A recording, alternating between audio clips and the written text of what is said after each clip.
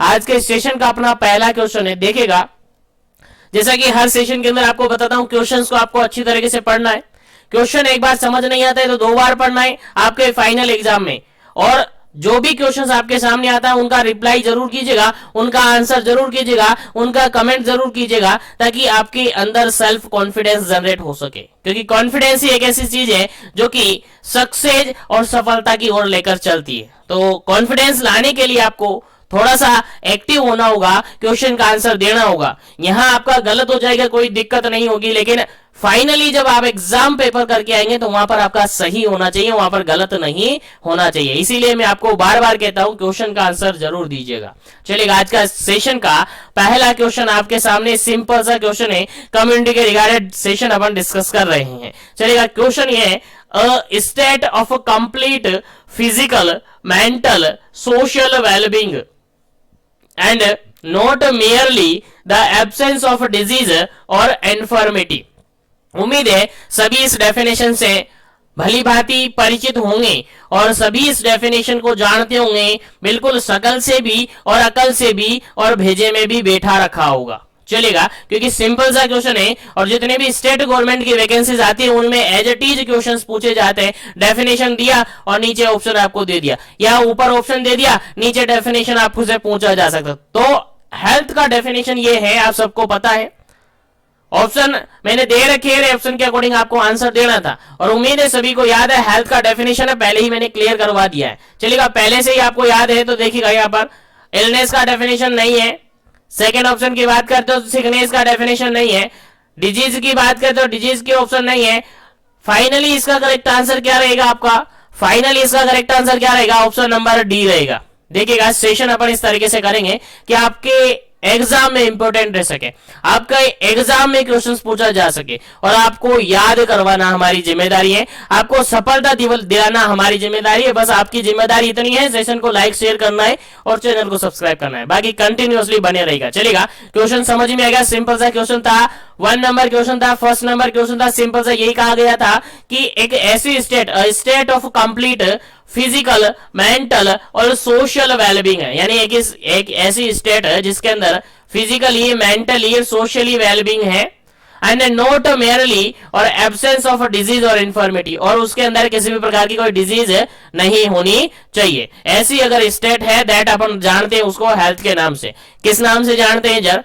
किस नाम से जानते हैं? हेल्थ के नाम से। तो कह सकते हैं, सिंपल सा कह सकते हैं कि ये जो डेफिनेशन आपके सामने है ये किसकी है? हेल्थ की डेफिनेशन है। किसने डिफाइन की है सर? सर WHO ने की है, WHO ने डिफाइन की है। तो क्वेश्चन आपसे ऐसे भी पूछा जा सकता है, according to WHO define the health, और उसके अंदर ऑप्शन आपको अलग अलग तरीके से देंगे, अलग अलग डेफिनेशन वहां पर लिखी होगी हेल्थ से रिगार्डेड। तो आपको समझना है, आपको आंसर देना है कौन सी डेफिनेशन, ये जो लिखी है, a state of complete physical, mental और social wellbeing and not merely the absence of disease और इन्फॉर्मिटी। याद रखिएगा, सिंपल सा डेफिनेशन है, सिंपल सा क्वेश्चन है। आंसर क्या जाता है सर? हेल्थ जाता है। आंसर क्या जाता है सर? हेल्थ जाता है। चलिएगा, आगे बढ़ते हैं अपन नेक्स्ट क्वेश्चन पर, और नेक्स्ट क्वेश्चन का आंसर फटाफट से कर दीजिएगा, फटाफट से कर दीजिएगा, क्योंकि सिंपल से क्वेश्चन है और हम बेस लेवल से चल रही है, बिल्कुल ग्रोस रूट से चलेंगे और अपवार्ड अपन चलेंगे। चलेगा, सेकंड क्वेश्चन आपके सामने क्या कहता है? फिजियोलॉजिकल और psychological dysfunction is refer to. देखिए, क्वेश्चन सिंपल सा क्या कहा जा रहा है?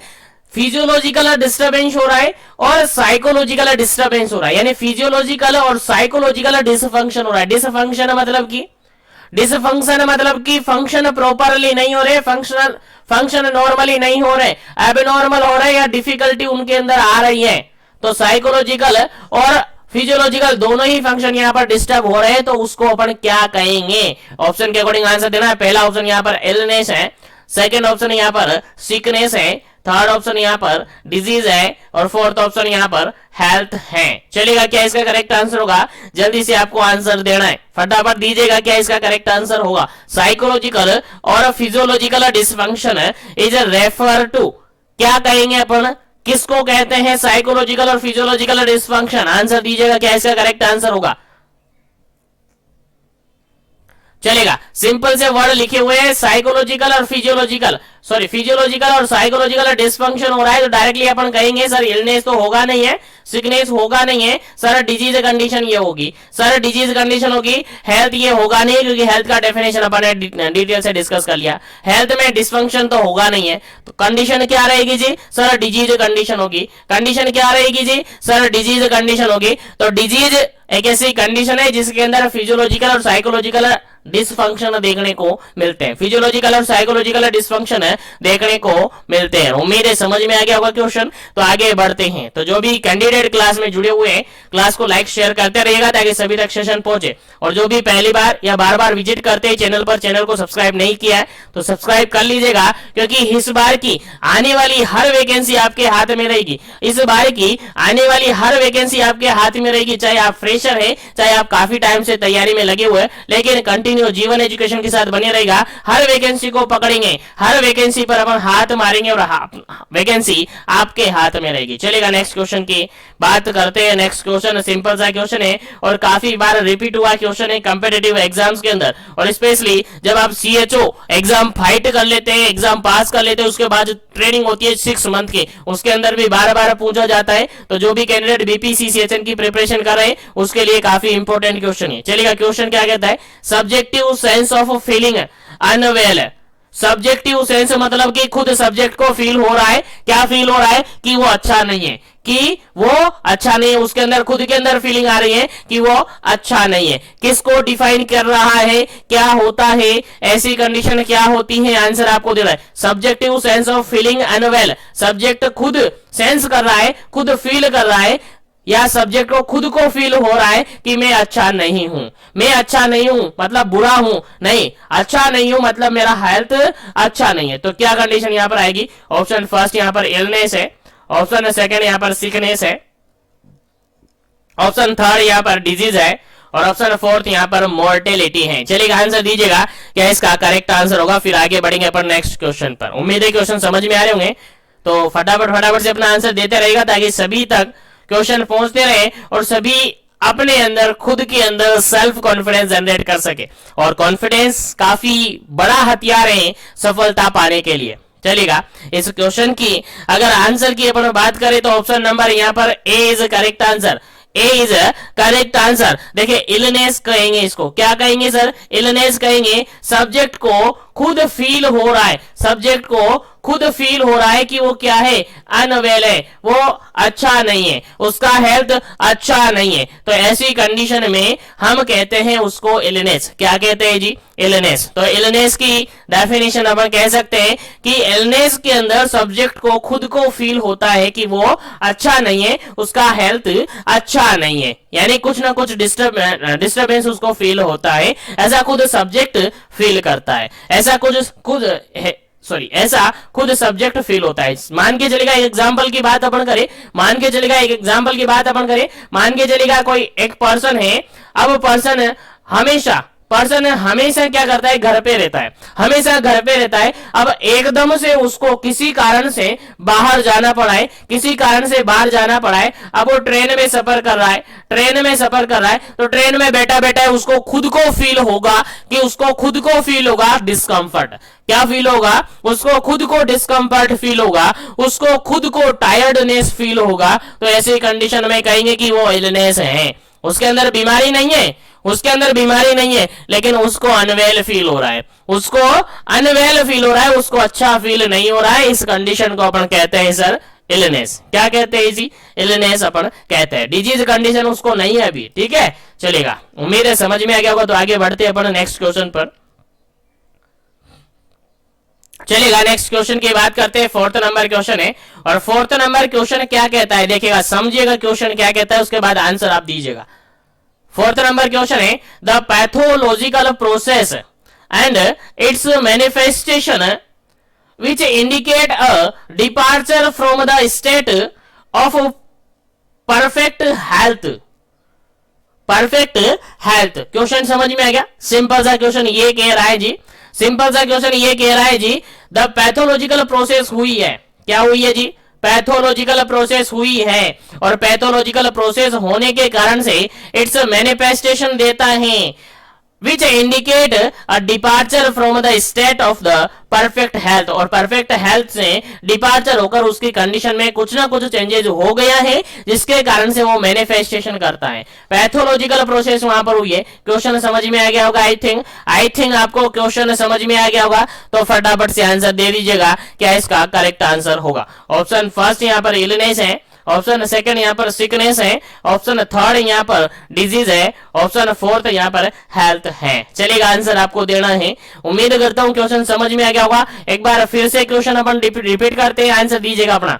देखिएगा the pathological process, pathological process मतलब कि कोई माइक्रो ऑर्गेनिज्म पैथोलॉजी यहाँ पर खोज कर रहा है। क्या कर रहा है? पैथोलॉजिकल प्रोसेस यहाँ पर हो रही है, यानी कोई माइक्रो ऑर्गेनिज्म आपकी बॉडी के अंदर एंटर कर गया है। एंटर करने के बाद मैनिफेस्टेशन कर रहा है, मैनिफेस्टेशन कर रहा है मतलब क्लिनिकल प्रेजेंटेशन वो देने लगा है।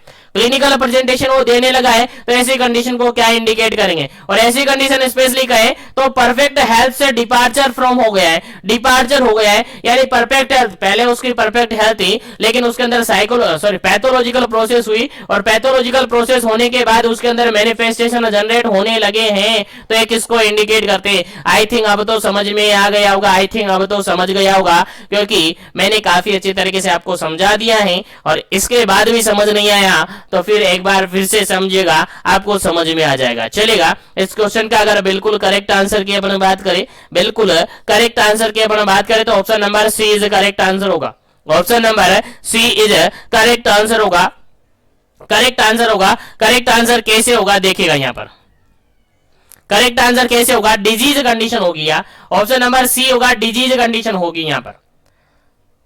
ठीक है, तो देखिएगा यहां पर पैथोलॉजिकल प्रोसेस होने के कारण से वहां पर क्लिनिकल फीचर जनरेट हो गए। मान के चलेगा आपकी बॉडी के अंदर कोई माइक्रो ऑर्गेनिज्म एंटर करा, माइक्रो ऑर्गेनिज्म एंटर कर गया, एंटर करने के बाद आपके अंदर सिम्टम्स देखने को मिलेगा, फीवर जनरली देखने को मिलेगा, जो क्लिनिकल फीचर्स होता है।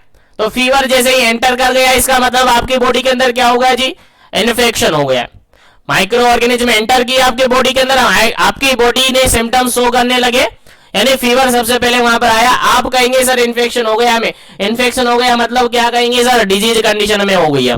क्या हो गई है जी? डिजीज हमें हो गई है। इसलिए करेक्ट आंसर क्या हो जाता है आपका? ऑप्शन नंबर सी हो जाता है। क्या हो जाता है जी? ऑप्शन नंबर सी यहाँ पर करेक्ट आंसर हो जाता है। डिजीज यहाँ पर करेक्ट आंसर हो जाता है। उम्मीद है समझ में आ गया होगा डिजीज क्यों हुआ है। फिर भी डाउट रहता है अगर कोई क्वेश्चन में, तो कमेंट सेक्शन आपके लिए खाली है या डिस्क्रिप्शन बॉक्स में लिंक दे रखा है मैंने इंस्टाग्राम आईडी, टेलीग्राम आईडी का, टेलीग्राम चैनल का, वहां से उनको भी ज्वाइन कर लीजिएगा ताकि वहां पर आपका कोई भी डाउट है तो सोल्व किया जा सके। चलेगा, नेक्स्ट क्वेश्चन की बात करते हैं। नेक्स्ट क्वेश्चन सिंपल सा क्वेश्चन है, 5 नंबर क्वेश्चन है। स्पेशली सारे क्वेश्चन कम्युनिटी के डिस्कस करेंगे आज अपन इस सेशन के अंदर सारे ही क्वेश्चन कम्युनिटी के डिस्कस करेंगे। फिर कल आगे देखेंगे कल क्या करना है, लेकिन सारा सिलेबस आपको मोल्डेड करके दे दिया जाएगा, सारा सिलेबस आपको मोल्डेड करके दे दिया जाएगा। चाहे आप किसी भी कंपटीशन की तैयारी कर रहे हो, चाहे आप चाहे आप सीएचओ की करो, चाहे आप स्टाफ नर्स की करो, चाहे आप नर्सिंग ट्यूटर की करो, चाहे आप नर्सिंग ऑफिसर की करो, किसी की भी वैकेंसी की भी तैयारी करो, आप सारे क्वेश्चन सफिशिएंट रहेंगे। और बिल्कुल अभी मैं स्टार्ट किया हूं सेशन, केवल 4 सेशन अपन ने लिए, धीरे धीरे देखते जाइएगा। इतना कुछ मोल्डेड करके आपको दे दूंगा ना, इतना कुछ याद करवा दूंगा ना कि कोई भी एग्जाम आने वाला, हर एग्जाम आपकी मुट्ठी में होगा, आपके हाथ में होगा, और हर एग्जाम में आपका नंबर आएगा। लेकिन सस्पेंस के साथ, कंटिन्यूअस के साथ, कंसंट्रेशन के साथ आपको बने रहना होगा जीवन एजुकेशन के साथ। चलेगा, नेक्स्ट क्वेश्चन की बात करते हैं। नेक्स्ट क्वेश्चन है आपका theory of concept of causation of disease. देखिएगा, theory of concept of causation of disease क्या है, इससे रिगार्डेड ऑप्शन कौन सा करेक्ट आंसर है? Concept of causation of disease. देखिए कॉन्सेप्ट किसका? डिजीज को कोज करने वाले ने। कोजेशन, डिजीज कैसे होती हैं, डिजीज को कारण मतलब डिजीज को करता कौन है, डिजीज होती क्यों है, डिजीज के पीछे कारण क्या है, अगर इन सब का कंसेप्ट अपन देखें तो वो किस थ्योरी के अंदर शामिल किया जाता है, आंसर आपको देना है। आंसर दीजिएगा, पहला ऑप्शन है यहाँ पर कॉन्टाजियन थ्योरी, सेकेंड ऑप्शन है यहाँ पर हेल्थ ट्रायड, थर्ड ऑप्शन है यहाँ पर पावलोव थ्योरी, और फोर्थ ऑप्शन है यहाँ पर मास्लोव हिरार्कियल थ्योरी। चलिएगा, आंसर आपको देना है। क्या इसका करेक्ट आंसर होगा? क्या इसका करेक्ट आंसर होगा? उम्मीद है सभी को याद होगा। कोजेशन of disease, concept of causation of disease से रिगार्डेड अगर थ्योरी की अपन बात करते हैं तो देखिएगा डिजीज हुई कैसे, पहले तो डिजीज का डेफिनेशन अपन ने देख लिया, अब डिजीज हुई कैसे और डिजीज को किया किसने, यानी उसके पीछे पॉजिटिव फैक्टर कौन है और उसके फेवरेबल एनवायरमेंट क्या है। अगर ये सब का अगर अपन थ्योरी देखें, कंसेप्ट देखें, तो उसको जनरली आप इंक्लूड करते हैं ऑप्शन नंबर फर्स्ट बिल्कुल करेक्ट आंसर है, कॉन्टाजियन थ्योरी के अंदर शामिल किया जाता है। किस थ्योरी के अंदर शामिल किया जाता है सर, कॉन्टाजियन थ्योरी के अंदर शामिल किया जाता है। तो आपको भूलना नहीं है, concept of causation of disease आपको भूलना नहीं है, बिल्कुल काफी इंपॉर्टेंट है। डिजीज कैसे हुई है, उसके पीछे का कारण क्या है, उसके पीछे की प्रोसेस क्या है, अगर इन सब के बारे में अपन कंसेप्ट लेते हैं तो वो होती है आपकी कॉन्टाजियन थ्योरी। क्या होती है जी, कॉन्टाजियन थ्योरी। अगर हम यहीं पर जाने concept of causation of disease के पीछे थ्योरियाज कितनी है, कितनी अलग अलग टाइप की थ्योरियाज हैं, तो मैं आपको बताना चाहूंगा। स्पेशली अपन यहाँ पर 3 थ्योरीज पढ़ते हैं, स्पेशली यहाँ पर 3 थ्योरीज हम पढ़ते हैं। पहली थ्योरी अपन पढ़ते हैं सुप्रा नेचुरल थ्योरी अपन पढ़ते हैं, पहली थ्योरी है, काफी इंपोर्टेंट थ्योरी है। उसके बाद दूसरी थ्योरी अपन पढ़ते हैं जनरली कॉन्टाजियन थ्योरी, कौन सी जी, कॉन्टाजियन थ्योरी अपन पढ़ते हैं। और थर्ड थ्योरी अपन पढ़ते हैं सर जर्म थ्योरी, अपन पढ़ते हैं। तो बेसिकली 3 थ्योरीज अपन यहाँ पर पढ़ते हैं। उसके बाद आप कहेंगे सर एपिडेमोलॉजिकल ट्रायड थ्योरी भी आती हैं, तो इन 3 के बाद वो आती हैं, क्योंकि तीनों यहाँ पर फुली एक्सप्लेन नहीं कर पाती हैं, इसीलिए बाद में जाकर आपकी एपिडेमोलॉजिकल थ्योरी भी आती हैं, जिसके अंदर आपके जो तीनों ट्रायड सिस्टम हैं उनके बारे में बताया जाता है। तो सुप्रा नेचुरल थ्योरी के अंदर जनरली मैं यहीं पर आपको डिफाइन करूं तो जितने भी गॉड से रिगार्डेड प्रॉब्लम्स मानी जाती हैं, गॉड से रिगार्डेड मतलब कि इविल स्पिरिट हो सकती है, वारंट ऑफ गॉड हो सकता है, या पनिशमेंट ऑफ इविल डेड हो सकता है। ऐसा कहते हैं ना कि आपके पुराने जन्मों का कर्म है, सॉरी पुराने जन्मों के फोड़े हैं, ऐसे कहते हैं ना, बिल्कुल वही बातें हैं, वही चीजें यहाँ पर शामिल होती है सुप्रा नेचुरल थ्योरी के अंदर। बाकी काफी अच्छी तरीके से मैंने कॉन्टाजियन थ्योरी के रिगार्डेड ऑलरेडी सेशन मैंने थ्योरेटिकल अवेलेबल करवा रखा है, उस थ्योरेटिकल सेशन को जरूर देख लीजिएगा, आपको सारा कुछ समझ में आ जाएगा सुप्रा नेचुरल थ्योरी से रिगार्डेड। ठीक है, लिंक मैं डिस्क्रिप्शन बॉक्स में डाल दूंगा या फिर ऊपर आई बटन पे आपको मिल जाएगा। कॉन्टाजियन थ्योरी के रिगार्डेड फुल कंसेप्चुअल एक सेशन आपके लिए अवेलेबल करवा रखा है। तो सुप्रा नेचुरल थ्योरी के जितने भी गॉड से रिगार्डेड प्रॉब्लम्स मानी जाती हैं, लाइक इविल डेड होती हैं, वार्मथ ऑफ गॉड होता है कि भगवान का गुस्सा है, भगवान नाराज हो गए, भगवान नाराज होने के कारण से बीमारियां हो रही है, बिल्कुल वो सब कुछ होती हैं। ठीक है, तो वो सारा कुछ अपन ने डिफाइन कर रखा है अलग तरीके से। ठीक है, अलग से अपन ने सेशन अवेलेबल करवा रखा है। उसके बाद दूसरी थ्योरी कॉन्टाजियन थ्योरी के अंदर जनरली ऐसा माना जाता है कि आप एनवायरमेंट के अराउंड, अपने अराउंड सराउंड यानी अपने एनवायरमेंट के अंदर जो बैड एयर होती है, क्या होती है जी, बैड एयर, खराब हवा जो होती है उसके कारण से बीमारियां होती हैं, तो वो कॉन्टाजियन थ्योरी के अंदर शामिल किए जाते हैं। उसके बाद जर्म थ्योरी होती है, आती है और इस जर्म थ्योरी को हेनले कोच पोस्टुलेट भी के नाम से भी जाना जाता है, हेनले कोच पोस्टुलेट के नाम से भी जाना जाता है। रॉबर्ट कोच और लुईस पास्चर ने इसको डिफाइन किया, रॉबर्ट कोच और लुईस पास्चर ने इसके बारे में बताया था कि सर जो डिजीज होती है ना उसके पीछे कुछ जर्म्स होते हैं, और वो जर्म ही यानी कुछ माइक्रोबायोलॉजिकल एजेंट होते हैं, यानी माइक्रोब्स होते हैं, और वो माइक्रोबायोलॉजिकल जो एजेंट होते हैं यानी माइक्रोब्स होते हैं यानी जर्म्स होते हैं, वही डिजीज का कारण बनते हैं। ऐसा आपने पढ़ा है जर्म थ्योरी के अंदर। उम्मीद है समझ में आ गया होगा। बाकी कंप्लीट अलग से सेपरेट सेशन मैंने अवेलेबल करवा रखा है, उसको जरूर देख लीजिएगा। थ्योरेटिकल बेसिस अपन ने उसको तैयार किया था, थ्योरेटिकल बेसिस हमने उसको पढ़ा था पूरा कंप्लीटली। तो उम्मीद है ये क्वेश्चन आपको कंप्लीटली समझ में आ गया होगा। तो आगे बढ़ते हैं अपन नेक्स्ट क्वेश्चन पर। अभी तक जो भी क्वेश्चन डिस्कस किए उम्मीद है समझ में आ गए होंगे, तो सेशन को लाइक शेयर कर दीजिएगा, और जो भी चैनल पर पहली बार विजिट कर रहा है चैनल को जरूर से सब्सक्राइब कीजिएगा, ताकि इसी तरीके से कंटिन्यू सेशन आपको मिलते रहे। चलेगा, नेक्स्ट क्वेश्चन की अपन बात करते हैं।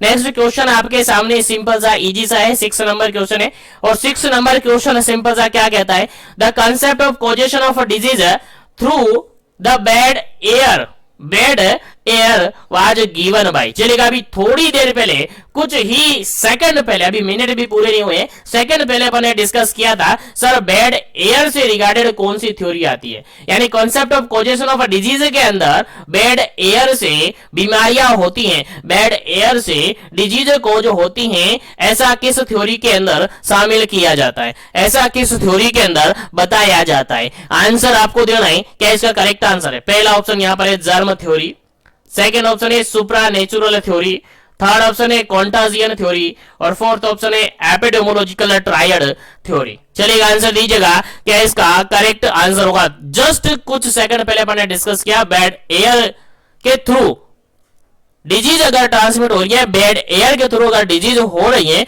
तो वो किस थ्योरी के अंदर शामिल की जाती हैं, यानी किस थ्योरी के अंदर बैड एयर से रिगार्डेड प्रॉब्लम आती है, बैड एयर से रिगार्डेड बात कही जाती है। चलिएगा आंसर दीजिएगा।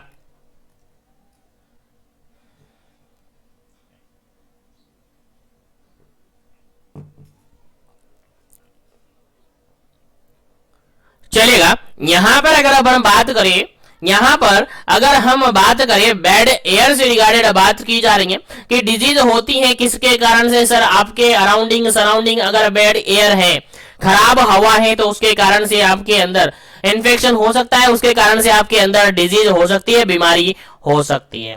और ये डिफाइन किया जाता है, ये डिफाइन किया जाता है आपकी कॉन्टाजियन थ्योरी के अंदर। किसके अंदर जी? कॉन्टाजियन थ्योरी के अंदर डिफाइन किया जाता है। Option number C is correct answer, option number C is correct answer. काफी इंपॉर्टेंट क्वेश्चन है, काफी इंपॉर्टेंट क्वेश्चन है, भूलना नहीं आपको, काफी इंपॉर्टेंट क्वेश्चन है। तो कॉन्टाजियन थ्योरी के अंदर बैड एयर से रिगार्डेड प्रॉब्लम अगर होती है, कॉजेशन ऑफ डिजीज की बात की जाती है, तो कॉन्टाजियन थ्योरी के अंदर शामिल किया जाता है।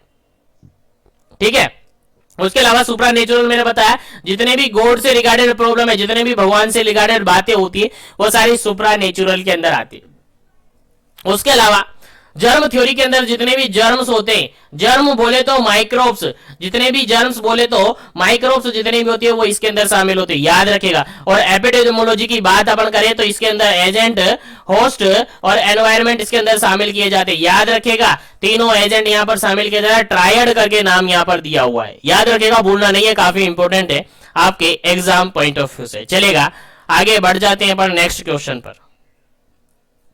चलिएगा, नेक्स्ट क्वेश्चन आपके सामने सिंपल सा, काफी इंपॉर्टेंट क्वेश्चन है, 7 नंबर क्वेश्चन है और काफी बार रिपीट हुआ क्वेश्चन है, आया हुआ क्वेश्चन है, आपके एग्जाम पॉइंट ऑफ व्यू में काफी इंपॉर्टेंट है। चलिएगा, आंसर दीजिएगा, क्या इसका करेक्ट आंसर है?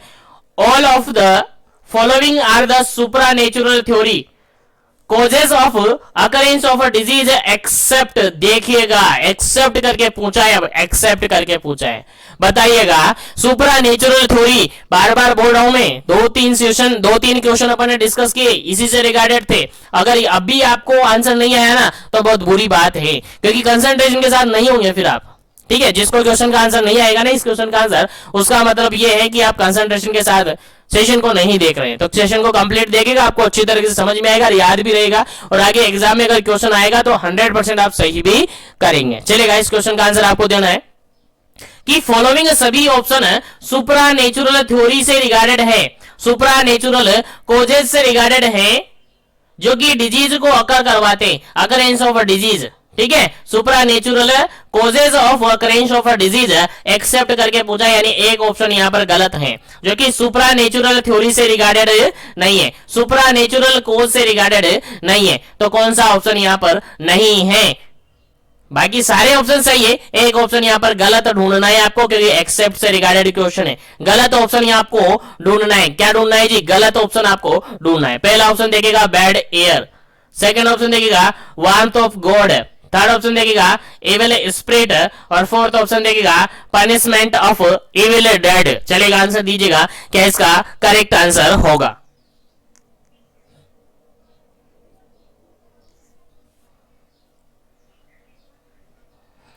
चलेगा, उम्मीद करता हूं सभी को समझ में आ रहा है क्वेश्चन सेशन, सभी को क्वेश्चन समझ में आ रहा है। देखिएगा, सुप्रा नेचुरल की बात कही थी मैंने, और सुप्रा नेचुरल की बात मैंने कही थी तो कहा था सर गॉड से रिगार्डेड, भगवान से संबंधित जो भी बातें हैं सारी कहां आएगी जी? सारी कहां आएगी जी? सर यही आएगी सुप्रा नेचुरल के अंदर। तो देखिएगा, वार्मथ ऑफ गॉड, बिल्कुल भगवान का गुस्सा यहाँ पर कहां आएगा? इसी में आएगा। एविल स्पिरिट, बुरी आत्माएं यहाँ पर आ जाएगी। उसके अलावा पनिशमेंट ऑफ इविल डेड, पुराने जन्मों के कर्म है ये, आपके पुराने जन्मों के कर्म है, आपने बुरे काम किए होंगे पिछले जन्म में, इसलिए भुगतना पड़ रहा है। तीनों चीजें सही हैं, वार्मथ ऑफ गॉड के रिगार्डेड तीनों चीजें सही हैं, सुपरानेचुरल थ्योरी के अंदर शामिल की जाती हैं, लेकिन बैड एयर की बात अपन करें तो ये कॉन्टाजियन थ्योरी के अंदर शामिल की जाती हैं, जस्ट थोड़ी देर पहले अपन डिस्कस किए।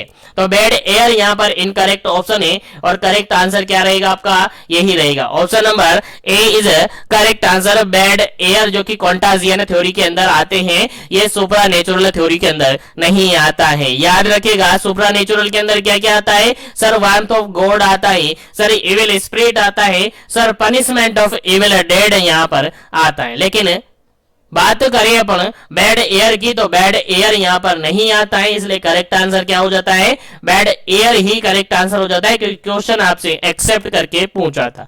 बैड एयर कॉन्टाजियन थ्योरी के अंदर आता है। उम्मीद है समझ में आ गया होगा क्वेश्चन। चलेगा आगे बढ़ते हैं नेक्स्ट क्वेश्चन पर, और नेक्स्ट क्वेश्चन है काफी सिंपल सा, काफी इजी सा क्वेश्चन है, देखिएगा 8 नंबर क्वेश्चन है। 8 नंबर क्वेश्चन कहता क्या है, देखिएगा समझिएगा।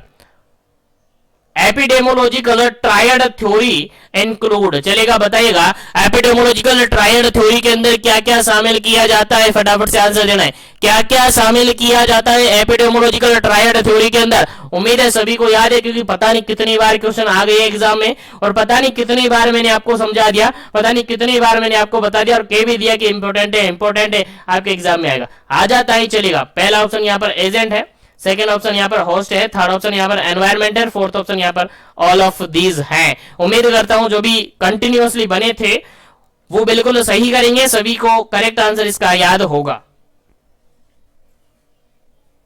चलेगा, यहां पर अगर करेक्ट आंसर की अपन बात करें तो ऑल ऑफ दीज बिल्कुल करेक्ट आंसर होगा, क्योंकि एपिडेमोलॉजिकल ट्रायड की बात करें तो एपिडेमोलॉजिकल ट्रायड के अंदर एजेंट आता है आपका, होस्ट आता है आपका, और एनवायरमेंट आता है, तीनों ही आते हैं, तीनों ही क्या करते हैं, तीनों ही आते हैं, इसीलिए करेक्ट आंसर आपका fourth number option number D is correct answer, option number D is correct answer. 8 number question का option number D correct answer है। उम्मीद है समझ में आ गया होगा। चलेगा आगे बढ़ते हैं नेक्स्ट क्वेश्चन पर, और नेक्स्ट क्वेश्चन है सिंपल सा क्वेश्चन पूछा गया है, काफी इंपॉर्टेंट क्वेश्चन है आपके एग्जाम पॉइंट ऑफ व्यू से। चलेगा 9 नंबर क्वेश्चन है।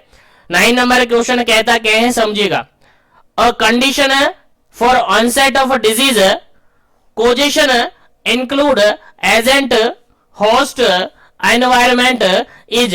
देखिए क्वेश्चन क्या कहा है, क्वेश्चन ये कहा है कि एक ऐसी कंडीशन है जिसमें onset of disease of causation, जिसमें डिजीज को कोज करने वाले कोजेशन इंक्लूड है एजेंट होस्ट एनवायरमेंट, तो बताइएगा इनके रिगार्डेड कौन सा ऑप्शन यहां पर करेक्ट है। यानी तीनों के बीच में रिलेशनशिप आपसे पूछा गया है, एजेंट होस्ट एनवायरमेंट के अंदर क्या रिलेशनशिप होता है, अकॉर्डिंग टू ऑप्शन आंसर आपको देना है। पहला ऑप्शन यहां पर है, पहला ऑप्शन है यहां पर आपका इंटरेक्शन, क्या है जी, इंटरेक्शन यहां पर। सेकंड ऑप्शन यहां पर है बैलेंस, थर्ड ऑप्शन यहां पर है प्रेजेंटेशन, और फोर्थ ऑप्शन यहां पर इनिशिएशन। चलेगा बताइएगा तीनों में आपस में क्या रिएक्शन होता है, क्या रिलेशनशिप होता है, फटाफट से बताइएगा। फर्स्ट अपन बात करते हो एजेंट, सेकंड बात करें तो होस्ट, थर्ड बात करें तो एनवायरमेंट, तीनों में आपस में क्या रिलेशनशिप होता है। उम्मीद है सभी को याद होगा, जिसको याद नहीं है वो याद रखेगा, क्योंकि अब भी ये क्वेश्चन गलत नहीं होना चाहिए, क्योंकि काफी बार पूछा गया है और आपके एग्जाम पॉइंट ऑफ व्यू से काफी इंपॉर्टेंट भी है। चलेगा इस क्वेश्चन की अपन बात करें तो इस क्वेश्चन के अंदर आपका आंसर होगा option number A correct answer होगा। क्या होगा जी, option number A correct answer होगा। इंटरेक्शन होगा, क्या होगा, आपस में तीनों में क्या होता है जी, इंटरेक्शन होता है, याद रखेगा भूलना मत।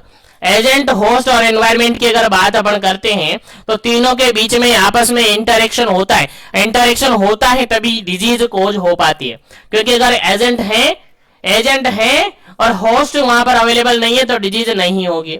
अगर होस्ट भी है और एनवायरमेंट भी है लेकिन एजेंट ही नहीं आ रहा है तो क्या डिजीज होगी, सर नहीं होगी। अब यहाँ पर देखिए एजेंट भी है, एनवायरमेंट भी है, लेकिन वहां पर कोई होस्ट ही नहीं है, कैसे डिजीज होगी, नहीं होगी। तो तीनों के बीच में आपस में इंटरेक्शन होता है, तीनों आपस में एक दूसरे से इंटरेक्ट करते हैं, तभी जाकर डिजीज कंडीशन हो सकती हैं। इसीलिए तीनों के बीच में रिलेशनशिप होता है, दैट इज इंटरेक्शन। क्या होता है जी? इंटरेक्शन होता है। चलिएगा आगे बढ़ते हैं नेक्स्ट क्वेश्चन पर। उम्मीद है यहाँ तक क्वेश्चन समझ में आ गए हैं। चलिएगा नेक्स्ट क्वेश्चन की बात करते हैं। नेक्स्ट क्वेश्चन 10 नंबर क्वेश्चन है। 10 नंबर क्वेश्चन क्या कहता है, समझिएगा, आंसर दीजिएगा। How many dimension of health are there? Health के कितने डायमेंशन होते हैं?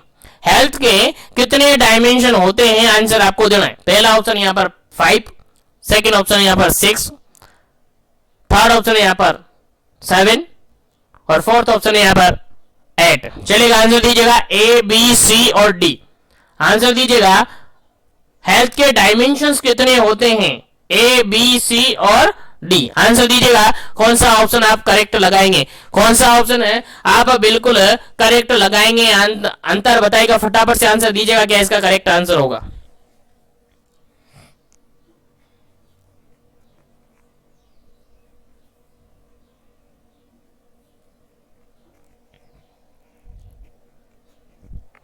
चलिएगा, अगर अपन बात करें इस क्वेश्चन की, अगर अपन बात करें इस क्वेश्चन की, तो बेसिकली अगर अपन बात करते हैं ना, तो हेल्थ के जो डायमेंशन होते हैं बेसिकली 5 डायमेंशन होते हैं। बेसिकली हेल्थ के डायमेंशन 5 होते हैं। कितने होते हैं जी? 5 डायमेंशन होते हैं। सर कौन कौन से होते हैं, चलिए बताइएगा। सर यहां पर आपका डायमेंशन होता है फिजिकल डायमेंशन। क्या होता है जी? फिजिकल डायमेंशन होता है। सर यहां पर आपका डायमेंशन होता है सर मेंटल डायमेंशन। उसके बाद डायमेंशन होता है सर आपका सोशल डायमेंशन, सोशल हेल्थ है ना। उसके बाद इमोशनल डायमेंशन, इमोशनल हेल्थ होता है। उसके बाद आपका स्पिरिचुअल डायमेंशन होता है। क्या होता है जी? Ritual dimension. बेसिकली ये 5 डायमेंशन आपको याद रखने, बेसिकली ये 5 डायमेंशन आपको याद रखने। बाकी अलग अलग बुक्स आप देखते हैं, अलग अलग बुक्स आप देखते हैं तो उसके अंदर अलग अलग मिल जाएगा। प्रीवियसली अभी आपने देखा होगा इसी क्वेश्चन का आंसर मैंने खुद ने आंसर कितना बताया था सर? 8 बताया था।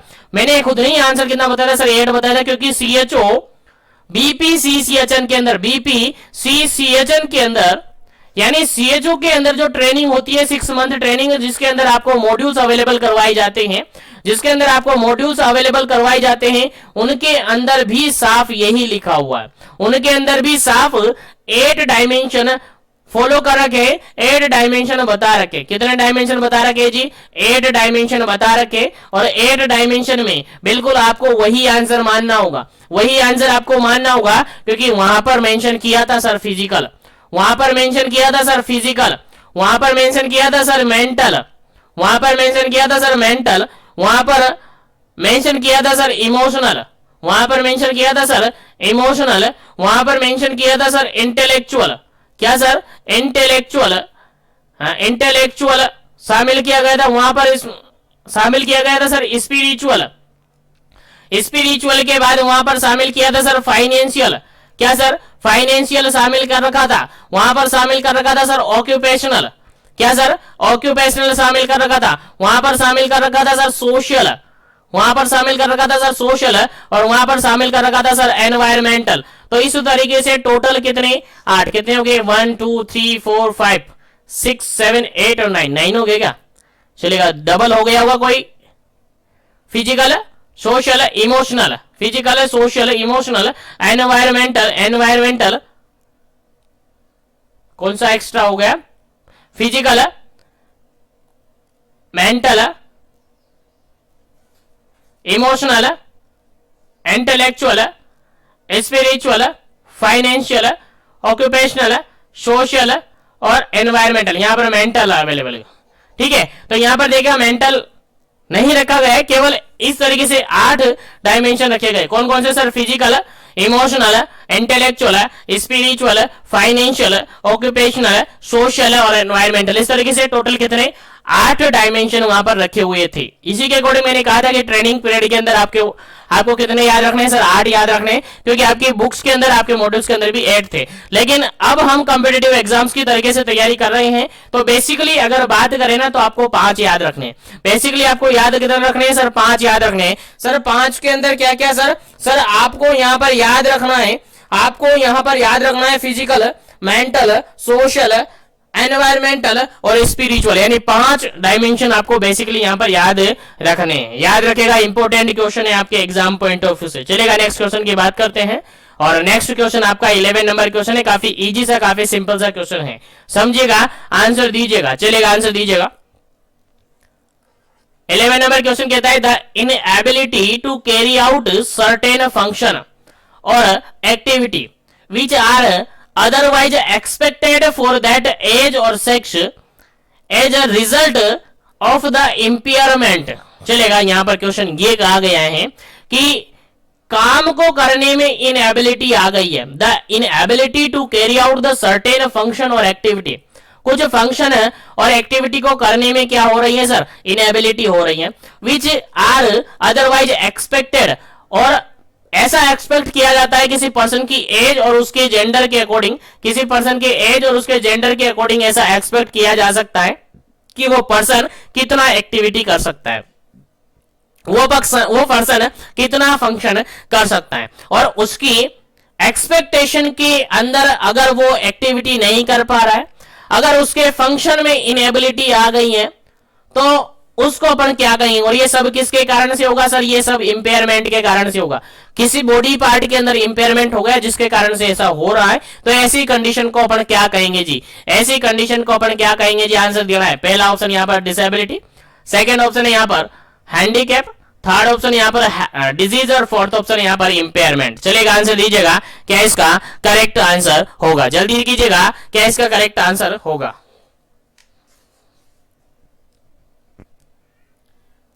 चलेगा, क्वेश्चन के अंदर ही शामिल कर रखा है, क्वेश्चन के अंदर ही बता रखा है सर वो एक्टिविटी करने में क्या हो रहा है सर, एक्टिविटी करने में इनएबिलिटी रख रहा है। इनएबिलिटी रख रहा है मतलब क्या हो गया है सर, उसके अंदर डिसेबिलिटी हो गया। इनएबिलिटी यानी उसके अंदर अब एबिलिटी नहीं है, जो काम कर सकता है उसकी एज और उसके जेंडर के अकॉर्डिंग वो काम नहीं कर पा रहा है, वो काम वो कर ही नहीं पा रहा है, उसके अंदर इनएबिलिटी आ गई है, तो जनरली अपन क्या कहेंगे जी, जनरली अपन कहेंगे सर उसके अंदर डिसेबिलिटी आ गई है, डिसेबिलिटी उसके अंदर कोज हो गई है। तो आपका आंसर क्या रहेगा जी, option number first, option number A यहां पर करेक्ट आंसर रहेगा, क्योंकि क्वेश्चन के अंदर ही बता दिया गया है कि जो पर्सन है उसके अंदर इनएबिलिटी हो गई है, वो अपने काम को नहीं कर पा रहा है। तो ऐसे कंडीशन में अपन कहेंगे कि उसके अंदर क्या हो गया है जी, क्या हो गया सर, उसके अंदर डिसेबिलिटी हो गई है। उम्मीद है समझ में ही आ गया है क्वेश्चन, समझ में आ गया है क्वेश्चन। तो आगे बढ़ते हैं अपन नेक्स्ट क्वेश्चन पर। नेक्स्ट क्वेश्चन आपके सामने काफी इंपॉर्टेंट क्वेश्चन है, देखिए क्वेश्चन समझिएगा, आंसर दीजिएगा। क्वेश्चन आपका 12 नंबर क्वेश्चन है। 12 नंबर क्वेश्चन काफी इजी सा क्वेश्चन पूछा गया है। द एक्चुअल लॉस और damage of body part, anatomy and abrasion of the physiological function that occur the consequent to a disease in which या is known as। आंसर देना है, क्या करेक्ट आंसर है। क्वेश्चन समझ में आया, एक बार फिर से क्वेश्चन रिपीट करता हूं। द एक्चुअल लॉस और डैमेज, यानी एक्चुअली लॉस भी हो सकता है और बॉडी पार्ट है डैमेज हो गया है, एनाटॉमिकल, और उसके एनाटॉमिकल उसके अंदर क्या हो गया है, डैमेज हो गया है, या तो बॉडी पार्ट डैमेज हो गया है या उसके अंदर लॉस हो गया है, और उसके कारण से आपकी जो बॉडी के फिजियोलॉजिकल फंक्शन है वो अब्रप्ट हो गए हैं, अल्टर हो गए हैं। तो जो ये कॉन्सिक्वेंट है वो किसके कारण से हुआ है, किसी डिजीज के कारण से ये सब कुछ हुआ है, तो उसको अपन क्या जानेंगे। क्वेश्चन समझ में आ रहा है, क्वेश्चन क्या कह रहा है, क्वेश्चन सिंपल सा ये कह रहा है कि कोई भी बॉडी पार्ट मान के चलेगा, एक पर्सन है उसका कोई भी बॉडी पार्ट या तो डैमेज हो गया है या उसका लॉस हो गया है, जिसके कारण से उसके फिजियोलॉजिकल फंक्शन अल्टर हो गए, जिसके कारण से उसके फिजियोलॉजिकल फंक्शन क्या हो गए जी, अल्टर्ड हो गए हैं, तो उसको अपन क्या कहेंगे। आंसर दीजिएगा फटाफट से, क्या इसका करेक्ट आंसर है। पहला ऑप्शन यहाँ पर इंपेयरमेंट है, सेकंड ऑप्शन यहाँ पर डिसेबिलिटी है, थर्ड ऑप्शन यहाँ पर हैंडीकैप है, फोर्थ ऑप्शन यहाँ पर डिजीज है। चलिएगा, आंसर दीजिएगा, क्या इसका करेक्ट आंसर होगा।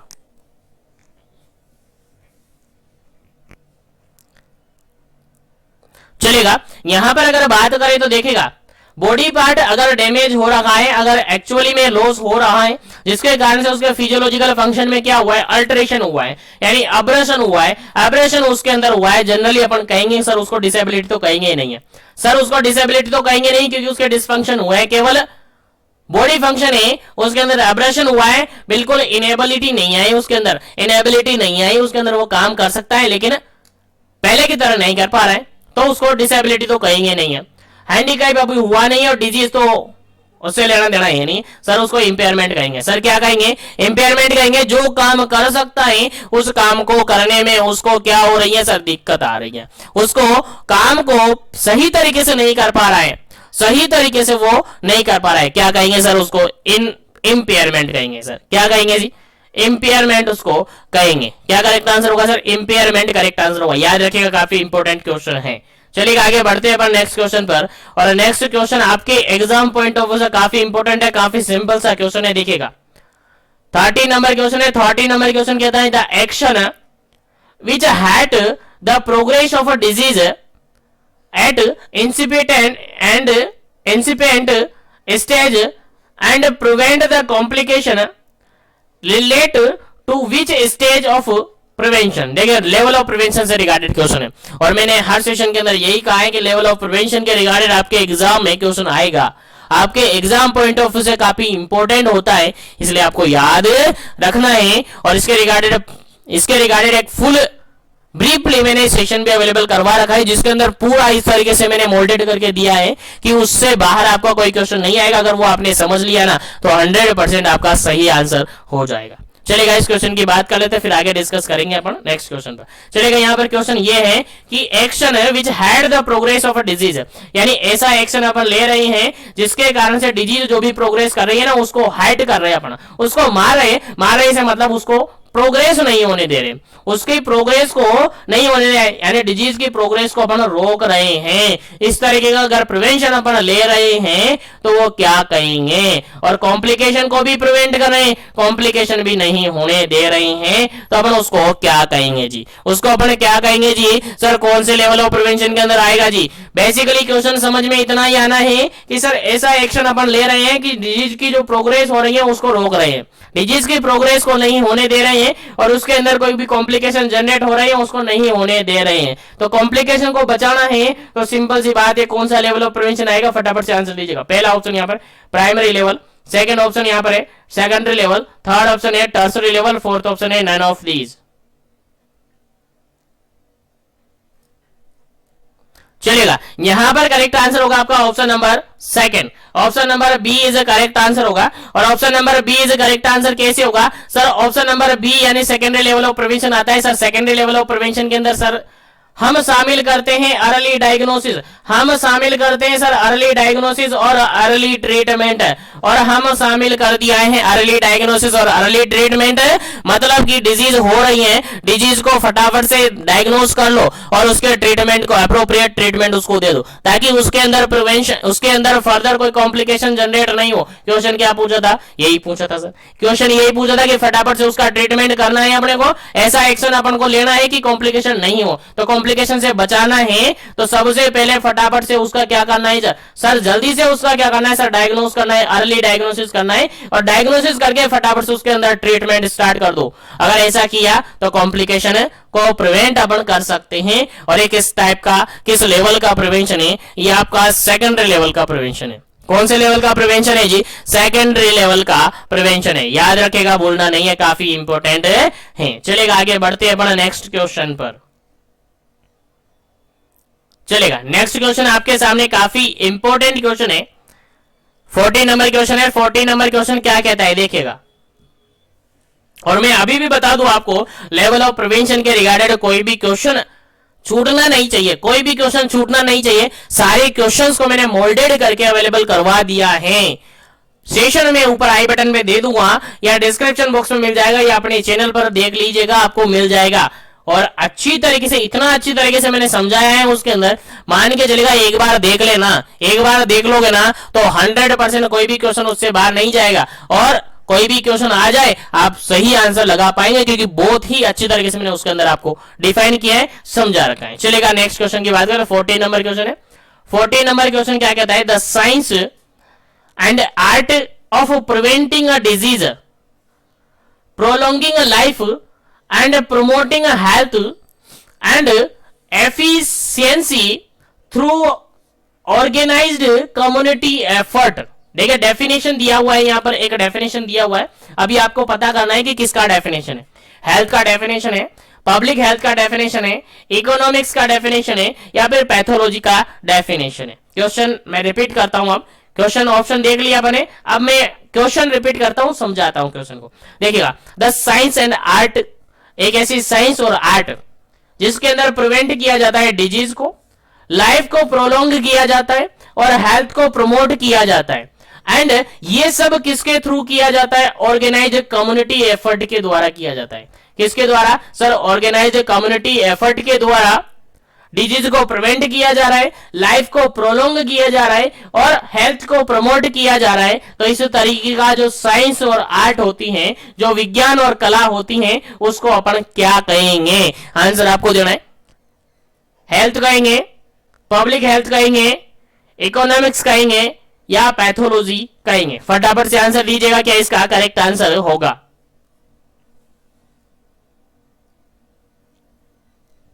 चलेगा। यहां पर अगर बिल्कुल करेक्ट आंसर की अपन बात करें सर, कम्युनिटी एफर्ट अपन लगा रहे हैं, क्या लगा रहे हैं सर? कम्युनिटी एफर्ट लगा रहे हैं, मतलब पब्लिक हेल्थ लगा रहे हैं, बिल्कुल। और पब्लिक हेल्थ यहां पर बिल्कुल करेक्ट आंसर होगा।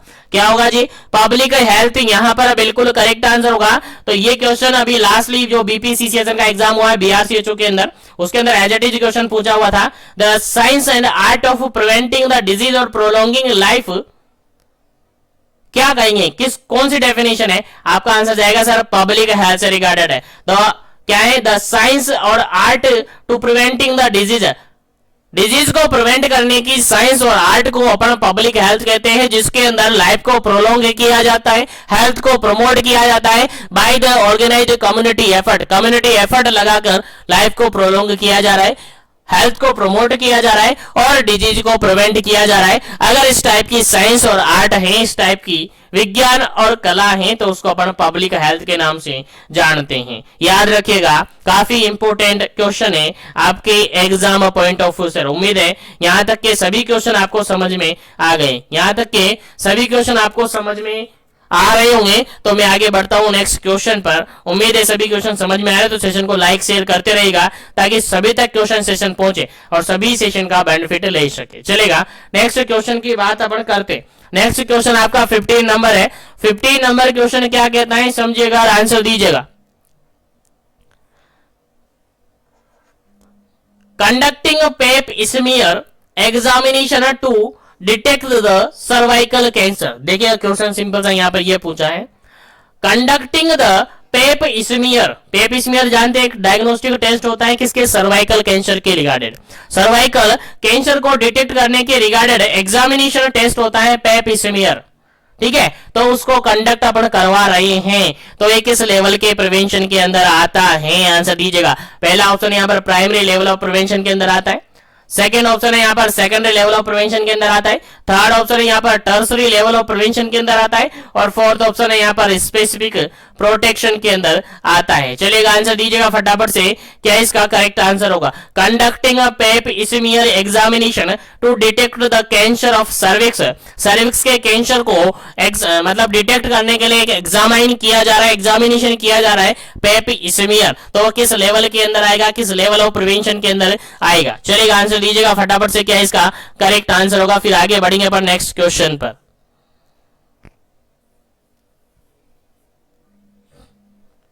चलेगा, यहां पर अगर अपन बात करें, यहां पर अगर अपन बात करें तो इस क्वेश्चन का जो बिल्कुल करेक्ट आंसर होगा ना सर, बिल्कुल जो करेक्ट आंसर होगा ना यहाँ पर option number B is correct answer होगा। Option number B correct answer होगा। क्यों होगा सर? देखिएगा, सेकेंडरी लेवल ऑफ प्रिवेंशन के अंदर आता है आपका अर्ली डायग्नोसिस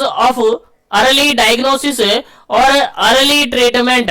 अर्ली डायग्नोसिस और एप्रोप्रिएट ट्रीटमेंट इसके अंदर शामिल किया जाता है। अभी थोड़ी देर पहले मैंने बताया आपको। तो जितने भी डायग्नोस्टिक टेस्ट होंगे, कहां पर शामिल किए जाएंगे सर? वो शामिल किए जाएंगे आपके सेकेंडरी लेवल ऑफ प्रिवेंशन के अंदर।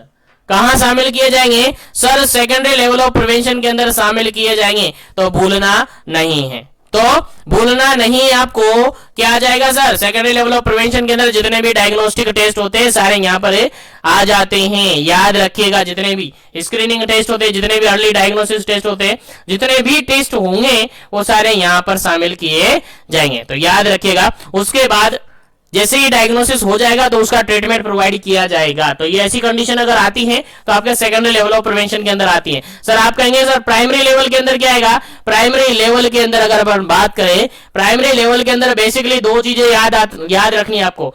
दो चीजें याद रखनी है आपको। कैसे कैसे याद रखनी है आपको? यहां पर हेल्थ एजुकेशन आप दे सकते हैं या हेल्थ प्रमोशन आप कर सकते हैं। क्या कर सकते हैं जी? हेल्थ एजुकेशन या हेल्थ प्रमोशन आप कर सकते हैं। अब हेल्थ प्रमोशन कैसे करेंगे सर? हेल्थ प्रमोशन तो सर हेल्थ एजुकेशन देकर ही करेंगे। उसके अलावा स्पेसिफिक प्रोटेक्शन आप यहां करेंगे। क्या सर? स्पेसिफिक प्रोटेक्शन यहां पर आप करेंगे। स्पेसिफिक प्रोटेक्शन आप यहां पर करेंगे। तो दो चीजें यहां पर शामिल होती हैं, हेल्थ एजुकेशन या हेल्थ प्रमोशन, और स्पेसिफिक प्रोटेक्शन यहां पर आप शामिल करते हैं। तो प्राइमरी लेवल ऑफ प्रिवेंशन के अंदर याद रखना है आपको, हेल्थ प्रमोशन और स्पेसिफिक प्रोटेक्शन शामिल किया जाता है, जिसके अंदर आपका इम्यूनाइजेशन आ जाता है। जिसके अंदर आपका इम्यूनाइजेशन आ जाता है। आपके एग्जाम में क्वेश्चन भी पूछा हुआ है, इम्यूनाइजेशन आप कर रहे हैं तो किस लेवल के अंदर आएगा सर? प्राइमरी लेवल के अंदर आएगा।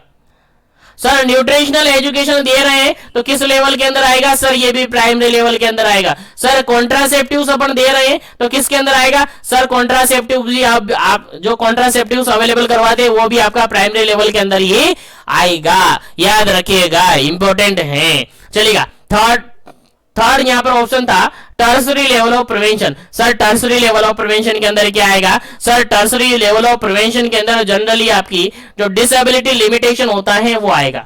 डिसेबिलिटी और लिमिटेशन या रिहैबिलिटेशन यहां पर आएगा। डिसेबिलिटी लिमिटेशन क्या आएगा सर? डिसएबिलिटी लिमिटेशन यहां पर आता है सर। डिसेबिलिटी लिमिटेशन यहां पर आता है सर। उसी के साथ आपका रिहैबिलिटेशन यहां पर आता है। रिहैबिलिटेशन यहां पर आता है। तो याद रखिएगा, तीनों ही आपको याद रखनी है, तीनों ही लेवल ऑफ प्रिवेंशन आपको याद रखना है। उसके अलावा प्रीमोडियल लेवल ऑफ प्रिवेंशन भी आपको याद रखना है। प्रीमोडियल लेवल ऑफ प्रिवेंशन के अंदर लाइफ मॉडिफाई किया जाता है, लाइफ स्टाइल मॉडिफिकेशन किया जाता है। वहां पर रिस्क फैक्टर्स एब्सेंट होता है। इसलिए आप सबसे कहना है, बार बार कह रहा हूं कि लेवल ऑफ प्रिवेंशन के रिगार्डिंग मैंने सेपरेट सेशन अवेलेबल करवा रखा है, उसको जरूर देखें। वो देख लेंगे तो बिल्कुल लेवल ऑफ प्रिवेंशन के रिगार्डिंग कोई भी क्वेश्चन आपका गलत नहीं होगा। 100% श्योरिटी के साथ, 100% गारंटी के साथ मैं बोल रहा हूं। चलेगा, इस क्वेश्चन का राइट आंसर क्या होगा सर? पे स्मीयर कंडक्ट कर रहे हैं तो डायग्नोसिस अपन कर रहे हैं, और सर अर्ली डायग्नोसिस और ट्रीटमेंट कहां आता है सर? सेकेंडरी में आता है sir. Secondary level of prevention के अंदर आता है। ऑप्शन नंबर बी यहां पर करेक्ट आंसर हो जाता है। चलेगा, आगे बढ़ते हैं यहाँ पर नेक्स्ट क्वेश्चन पर। उम्मीद है सेशन समझ में आ रहा होगा। क्वेश्चन समझ में आ रहे होंगे तो क्वेश्चन सेशन को लाइक शेयर जरूर करते रहिएगा, ताकि सभी तक सेशन पहुंचे। और जो भी चैनल पर पहली बार विजिट कर रहा है, चैनल को जरूर से सब्सक्राइब करके बेल आइकन कॉल पे प्रेस करें, ताकि इसी तरीके से कंटिन्यू सेशन आपको मिलता रहे। चलेगा, नेक्स्ट क्वेश्चन की बात अपन करते हैं। 16 नंबर क्वेश्चन है, 16 नंबर क्वेश्चन है, और कहता क्या है देखिएगा, tertiary level of prevention of a disease is related to. अब बताइएगा, अभी मैंने बता दिया सारे लेवल ऑफ प्रिवेंशन, अब आपको बताना है कि sir tertiary level of prevention के अंदर क्या शामिल होता है। बताइए फटाफट। ऑप्शन पहला यहां पर वैक्सीनेशन शामिल होता है। ऑप्शन सेकंड है यहां पर गुड न्यूट्रिशन शामिल होता है। ऑप्शन थर्ड है यहां पर rehabilitation to normal physical mental and social health यहां पर होगा। और फोर्थ ऑप्शन यहां पर गुड रेस्ट एंड स्लीप यहां पर होगा। चलेगा, फटाफट से आंसर दीजिएगा, क्या इसका करेक्ट आंसर होगा। क्वेश्चन तो समझ में आ गया ना? क्वेश्चन सिंपल सा कह रहा है, टर्सरी लेवल ऑफ प्रिवेंशन के अंदर कौन सा ऑप्शन करेक्ट आंसर होगा? टर्सरी लेवल ऑफ प्रिवेंशन की बात हमने कही थी सर, क्या आंसर होगा सर? सिंपल सी बात है सर, सिंपल सी बात है। अगर एलिमिनेशन मेथड आप लगाएंगे तो इजीली निकाल देंगे। सर वैक्सीनेशन सर प्राइमरी में आता है, sir good nutrition sir primary में आता है, सर गुड रेस्ट और स्लीप ये भी प्राइमरी में आप दे सकते हैं। उसके अलावा अगर बात करें तो ऑप्शन नंबर सी यहां देखिएगा, रिहैबिलिटेशन नॉर्मल फिजिकल मेंटल और सोशल हेल्थ। देखिएगा, मैंने बताया था डिसेबिलिटी लिमिटेशन और रिहैबिलिटेशन आपका टर्सरी लेवल ऑफ प्रिवेंशन के अंदर आता है। याद रखिएगा, तो रिहैबिलिटेशन कहां आता है sir? Tertiary level of prevention के अंदर आता है। ऑप्शन नंबर सी यहां पर करेक्ट आंसर होगा। क्वेश्चन क्या पूछा था आपसे, सॉरी क्वेश्चन क्या पूछा था, टर्सरी लेवल ऑफ प्रिवेंशन पूछा था। टर्सरी लेवल ऑफ प्रिवेंशन के अंदर क्या आएगा सर, आपका रिहैबिलिटेशन आता है। सर क्या आता है जी, रिहैबिलिटेशन आता है। ऑप्शन नंबर सी यहां पर करेक्ट आंसर है। ऑप्शन नंबर सी यहां पर करेक्ट आंसर है। चलेगा आगे बढ़ते हैं, उम्मीद है समझ में आ गया है। चलेगा आगे बढ़ते हैं, फटाफट से आंसर बता दीजिएगा। ये क्वेश्चन भी अभी मैंने बता दिया थोड़ी देर पहले, तो आंसर आपको देना है फटाफट से। क्वेश्चन रिपीट हुए क्वेश्चन है, इसलिए सारे क्वेश्चंस आपके लिए रखूंगा, सारे क्वेश्चंस आपको अवेलेबल करवाऊंगा, चाहे टाइम कितना भी लग जाए। और आपके एग्जाम आने वाला हर एग्जाम आपके हाथ में होगा, इसीलिए कह रहा हूं जीवन एजुकेशन के साथ कंटिन्यू बने रहे, कंसंट्रेशन के साथ बने रहे, क्योंकि हर एग्जाम को आपके हाथ में लाना हमारी जिम्मेदारी है, आपका सिलेक्शन करवाना हमारी जिम्मेदारी है। बस आपकी जिम्मेदारी ये है कि कंटिन्यूअस कंसंट्रेशन के साथ स्टडी करते रहेगा और पॉजिटिविटी के साथ स्टडी करते रहेगा। 100% आने वाला एग्जाम आपके लिए ही है और आपका सिलेक्शन 100% होगा। चलेगा क्वेश्चन 70 नंबर है। 70 नंबर क्वेश्चन कहता है early diagnosis and promote treatment. चलेगा बताए किस लेवल के अंदर आता है, फटाफट से बता दीजिएगा क्योंकि सबको याद हो गया होगा अभी तक। तो पहला ऑप्शन यहाँ प्राइमरी लेवल के अंदर आएगा, सेकेंडरी के अंदर आएगा, सी ऑप्शन यहाँ पर टर्सरी के अंदर आएगा, डी ऑप्शन यहाँ पर स्पेसिफिक प्रोटेक्शन के अंदर आएगा। फटाफट से आंसर दीजिएगा। Early diagnosis and promote treatment, early diagnosis और ट्रीटमेंट किसके अंदर आता है जी, आंसर दीजिएगा। और ये क्वेश्चन अभी राजस्थान के अंदर जो बीपीसीसीएचएन का एग्जाम हुआ था उसके अंदर भी एज इट इज क्वेश्चन आया था, लेकिन यूनिवर्सिटी ने इसका आंसर गलत बता दिया। यूनिवर्सिटी ने आंसर की में गलत डाल दिया। अब बात बाकी काफी सारे लोग कह रहे हैं कि सर हम रेट लगाए, रेट लगाने का कहा है उन्होंने, लगा सकते, लेकिन लगाने का कोई पर्पज नहीं, क्योंकि बीपीसीसीएचएन के अंदर ऑलमोस्ट सभी स्टूडेंट ने काफी अच्छा परफॉर्म किया है, क्योंकि उन्होंने जीवन एजुकेशन के साथ स्टडी किया था, जीवन एजुकेशन के साथ स्टडी किया था। और आउट ऑफ 70 मेजोरिटी में आंसर मेरे पास आ रहे हैं कर 60 प्लस है। मेजोरिटी में कैंडिडेट मुझे कमेंट कर रहे हैं, मेजोरिटी में कैंडिडेट मुझे बात कर रहे हैं, मुझे मैसेज कर रहे हैं सर हमारे बहुत ही अच्छे क्वेश्चन पेपर बनाए और बहुत ही अच्छा क्वेश्चन पेपर रहा है आपकी वजह से। तो 60 प्लस समथिंग क्वेश्चन सभी के राइट रह रहे जो भी जीवन एजुकेशन के साथ जुड़े हुए थे। तो आगे आप सबसे यही कहना है कि जीवन एजुकेशन के साथ आगे भी जुड़े रहिएगा, ताकि आगे भी आपको इंपॉर्टेंट क्वेश्चन सेशंस अवेलेबल करवाए जा सके। चलेगा यहां पर अर्ली डायग्नोसिस और ट्रीटमेंट की अपन बात करें तो सर सेकेंडरी लेवल के अंदर आता है। सर सेकेंडरी लेवल के अंदर आता है, सोचने समझने की बात ही नहीं है सर, सेकेंडरी लेवल के अंदर आता है, हमें याद है, कंफर्म 100% याद है। चलेगा सेकेंडरी लेवल के अंदर यहां पर ये शामिल कर दिया जाता है। क्या सर, अर्ली डायग्नोसिस और ट्रीटमेंट। चलेगा आगे बढ़ते हैं नेक्स्ट क्वेश्चन पर। इस क्वेश्चन का राइट आंसर क्या हो जाता है, 17 का बी आंसर हो जाता है। चलेगा आगे बढ़ते हैं नेक्स्ट क्वेश्चन पर। चलेगा ये क्वेश्चन भी मैंने अभी बताया था थोड़ी देर पहले, आंसर दीजिएगा क्या इसका करेक्ट आंसर होगा, आंसर दीजिएगा। इम्यूनाइजेशन इज यूज्ड, इम्यूनाइजेशन किया जा रहा है, वैक्सीनेशन किया जा रहा है, बताइए फटाफट से कौन से लेवल के अंदर शामिल किया जाएगा। ऑप्शन फर्स्ट है प्राइमरी लेवल, सेकेंड ऑप्शन है यहाँ पर secondary level of prevention, third option है टर्सरी लेवल ऑफ प्रिवेंशन और फोर्थ ऑप्शन है स्पेसिफिक प्रोटेक्शन। चलेगा आंसर दीजिएगा। इम्यूनाइजेशन किया जा रहा है तो किस लेवल के अंदर शामिल करते हैं, किस लेवल के अंदर इसको शामिल करते हैं। उम्मीद है सभी को याद है, जिसको याद नहीं है वो याद रखेगा। यार इतनी बार मैं बोल चुका हूं कि क्वेश्चन 100% आपके एग्जाम में आएगा। नर्सिंग हिस्ट्री का एक भी एग्जाम ऐसा नहीं है जिसके अंदर लेवल ऑफ प्रिवेंशन से क्वेश्चन नहीं आया, लेवल ऑफ प्रिवेंशन से क्वेश्चन नहीं आया, ऐसा कोई भी एग्जाम नहीं है जिसके अंदर नहीं आया है। हर एग्जाम के अंदर पूछा जाता है, हर एग्जाम के अंदर आता है। चलेगा फटाफट से आंसर दीजिएगा क्या इसका करेक्ट आंसर होगा। चलिए यहां पर करेक्ट आंसर की अपन बात करें तो सर इम्यूनाइजेशन आपका प्राइमरी लेवल ऑफ प्रिवेंशन के अंदर आता है। अभी थोड़ी देर पहले मैंने बताया था सर प्राइमरी लेवल के अंदर क्या क्या आता है। सर प्राइमरी लेवल के अंदर आता है आपका हेल्थ प्रमोशन। क्या आता है जी, हेल्थ प्रमोशन आता है। सर हेल्थ प्रमोशन कैसे करेंगे, sir health promotion by health education, health promotion by health education, याद रखिएगा। उसके अलावा सर स्पेसिफिक प्रोटेक्शन आता है, सर स्पेसिफिक प्रोटेक्शन आता है। सर स्पेसिफिक प्रोटेक्शन के अंदर क्या आता है, सर कॉन्ट्रासेप्टिव्स आते हैं। सर कॉन्ट्रासेप्टिव्स आते, क्वेश्चन आ सकता है कि कॉन्ट्रासेप्टिव अवेलेबल करवा रहे हैं तो किस लेवल के अंदर आएगा, सर आंसर जाएगा आपका प्राइमरी लेवल के अंदर। उसके अलावा आपका आता है इम्यूनाइजेशन यानी वैक्सीनेशन जो है वो आपका इसके अंदर आता है। क्वेश्चन यहाँ पूछा हुआ है वैक्सीनेशन यानी इम्यूनाइजेशन से, आंसर क्या जाएगा सर? आंसर जाएगा यहाँ पर option number first, primary level, क्योंकि स्पेसिफिक प्रोटेक्शन अपन वहां पर दे रहे हैं। क्या दे रहे हैं सर?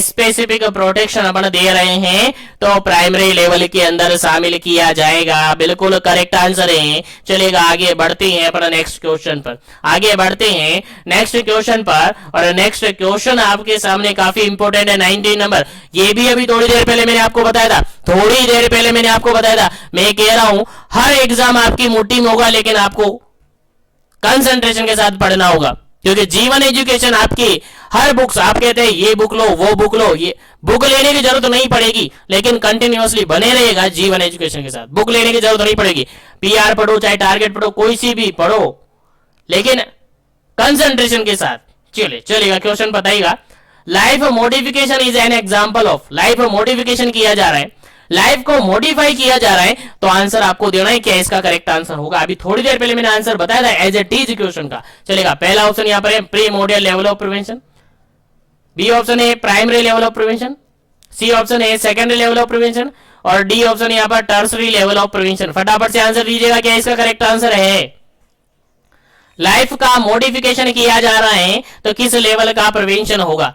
मान के चलिएगा कोई पर्सन है, मान के चलिएगा कोई पर्सन है, स्मोकिंग कर रहा है। क्या कर रहा है जी? सर स्मोकिंग कर रहा है। अब उसको किसी कारण से पता चल गया है, किसी ने बता दिया है sir smoking is dangerous to health, जो कि पाउच के अंदर ही लिखा रहता है, तो स्मोकिंग करने से आपको प्रॉब्लम हो सकती है। वो अपनी लाइफ को मॉडिफाई कर देता है और स्मोकिंग को क्या कर देता है? बंद कर देता है। स्मोकिंग नहीं करता है, स्मोकिंग को बंद कर देता है, और उसने अपनी लाइफ को मॉडिफाई कर लिया है। बताइए किस लेवल का प्रिवेंशन?